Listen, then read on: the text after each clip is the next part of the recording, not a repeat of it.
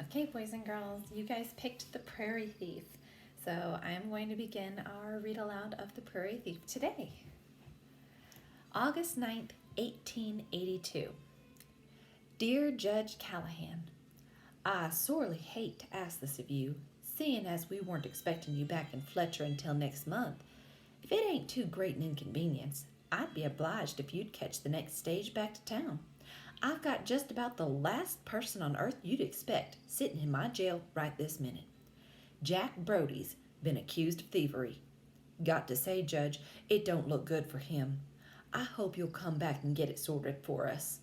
Chester Morgan, County Sheriff. Chapter 1. It Ain't Right. The Smirches took Louisa in when her pa went to jail, but they weren't happy about it. Another mouth to feed, griped Mrs. Smirch. Her cold eyes looked Louisa up and down. And she's too puny to be any help around this place. I can't fathom what got into your head, Malcolm. Mr. Smirch shrugged. His lips were pressed into a thin line. He had the same grim look on his face Louisa's pa always had when it was time to kill a pig. The look of someone who can't get out of doing something he hates to do. Don't see as why we had much choice in the matter, Matilda, he said. Sheriff only had the one horse. Louisa blinked hard, trying to stop picturing Pa riding away on that horse, hatless, his red hair blowing back, sitting in front of the sheriff with his hands tied, looking over his shoulder at her until the sheriff cuffed him on the arm and made him face front. Before he turned away, Pa winked at her. That was the worst part. She had almost cried then, but Mr. Smirch had been standing beside her, and she would sooner have died than shed a tear in front of the man who had called the law upon her father. Now here she was in that man's own house being scowled at by his wife, a wispy-haired woman with sharp eyes and a greasy apron. The little Smirch boys, Winthrop and Charlie, stood behind their mother, making faces at Louisa when their pa wasn't looking. Near the table, a young girl with long, straggly braids stood working butter in a churn that was almost as big as she was. She was staring at Louisa, smiling a little as she thumped the wooden dash up and down, up and down. Louisa remembered Mr. Smirch telling her pa, was it really only the day before yesterday, that his 9-year-old niece had arrived on the train from Topeka a week or two earlier. That had been right before Winthrop came charging down the hill from the old dugout, jabbering about Mrs. Smirch's missing clock and Mr. Smirch's lost hatchet. Louisa could still picture the way the friendly look on Mr. Smirch's face had gone sharp and wary, his eyes narrowing at Pa. I never heard of such nonsense, muttered Mrs. Smirch, her hands on her hips. Man robs us blind, and the sheriff expects us to look after his young'un? Trained to thieve herself, I shouldn't wonder. You'd best not try any tricks here, girl. You hear me? There's a room in that jail cell for you, too, and don't you forget it. Louisa breathed hard, too angry to speak. My pa's no thief, she wanted to holler, but she couldn't say one word. All she could do was stand there stone-faced, looking at Mrs. Smirch. Don't you glare at me, child. You ought to be grateful we was willing to take you in. Mrs. Smirch whipped around to stir something in a pot on the iron stove, clattering her tin ladle angrily against the sides. Winthrop Smirch, the 6-year-old, snickered and stuck out his tongue at Louisa. And to think I gave you fresh biscuits the other day, Louisa thought furiously. She remembered how that visit had ended and had to swallow hard again. If Winthrop and Charlie Smirch hadn't poked their noses where they didn't belong, she might not be standing in this miserable kitchen right now. Mrs. Smirch resumed berating her husband. Sheriff ought to come back for the child himself, if you ask me. It ain't right, our having to keep her. It's 13 miles each way, Matilda, said Mr. Smirch wearily. Man's got a job to do in town. Can't be traipsing back and forth across the prairie. Then he ought to send someone else to fetch her, snapped Mrs. Smirch. She can ride the wagon when I take the wheat in, said Mr. Smirch. We ain't got to keep her all that long. His wife snorted. It'll be weeks before you get that crop in, and her eating us out of house and home all that time. Louisa opened her mouth to protest, but she was stopped short by a giggle from the girl at the butter tray. Mrs. Smirch whirled around, clutching her ladle. "Jessamine, what are you snickering about, girl?" she demanded. "Sorry, ma'am," said the little girl. "It's just, I don't guess Louisa could eat us out of house and home, seeing as she's so puny and all." "Don't you dare sass me, girl." Miss Smirch brought the tin ladle down, smack, on top of the girl's head. Louisa gasped. The little girl's face turned red and her lips pinched together. She went back to churning, thumping the dash over and over with all her might. Louisa felt sick to her stomach. She had never seen a grown-up hit a child before. But then, living so far from town, Louisa had hardly ever been around any other families. After the Smirches, the nearest neighbors were some 6 miles away. Maybe, thought Louisa, that was how people on other farms, in other families, treated each other. A horrible ache rose in her throat. "Oh, Pa," she thought, "how could you let this happen?" Chapter 2. Not a Critter.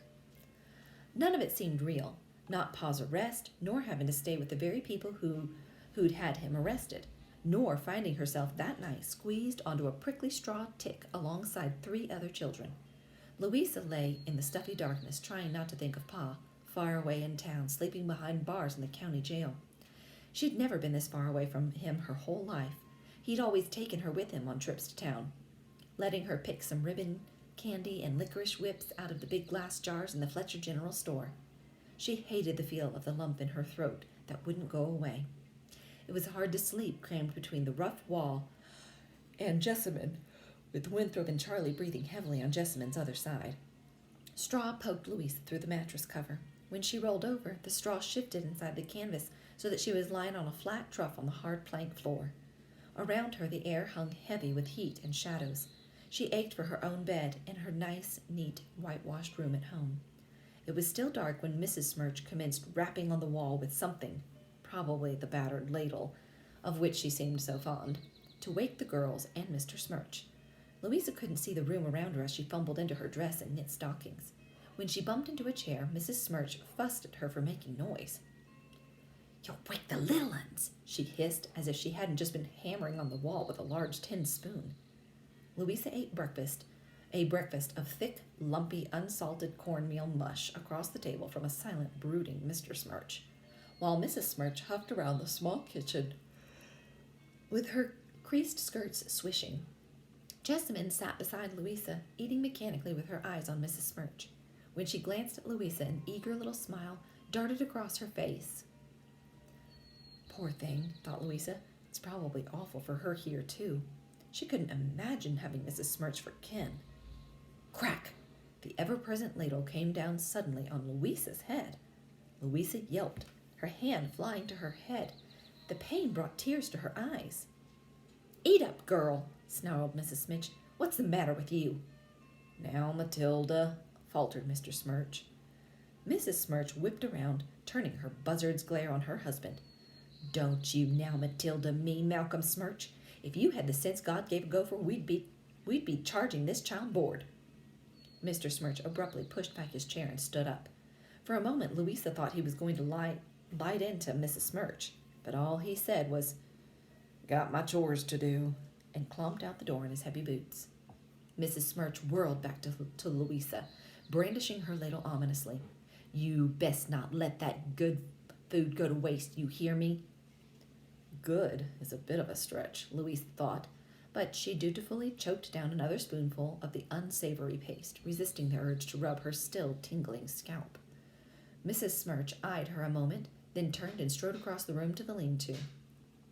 The moment her aunt was out of earshot, Jessamine leaned close to Louisa. "Don't mind Aunt Mattie.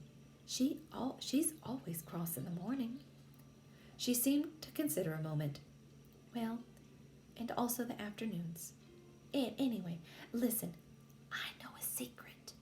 Her head was so close to Louisa they were practically cheek to cheek. "There's something living in our hazel grove," Jessamine whispered. "Something peculiar. Don't tell anyone, especially not the boys." Louisa didn't see what was so secret about having something living in the hazel grove. Probably lots of things lived in the hazel grove. Snakes and birds and mice and maybe even a raccoon or two. But tiny Jessamine, with her spiky braids and quick smile, was the only person in the Smirch home who'd been nice to her, and Louisa didn't want to hurt her feelings. She nodded, promising not to tell. "What kind of critter is it?" she asked, playing along. Jessamine shook her head, glancing toward the lean-to. "Ain't a critter," she said. "It's about the size of a woodchuck, but it wears a hat." Louisa blinked. "A hat?" "Yup, a funny brown one. It's pointy." Mrs. Smirch came clattering back into the kitchen, a wood pail in each hand.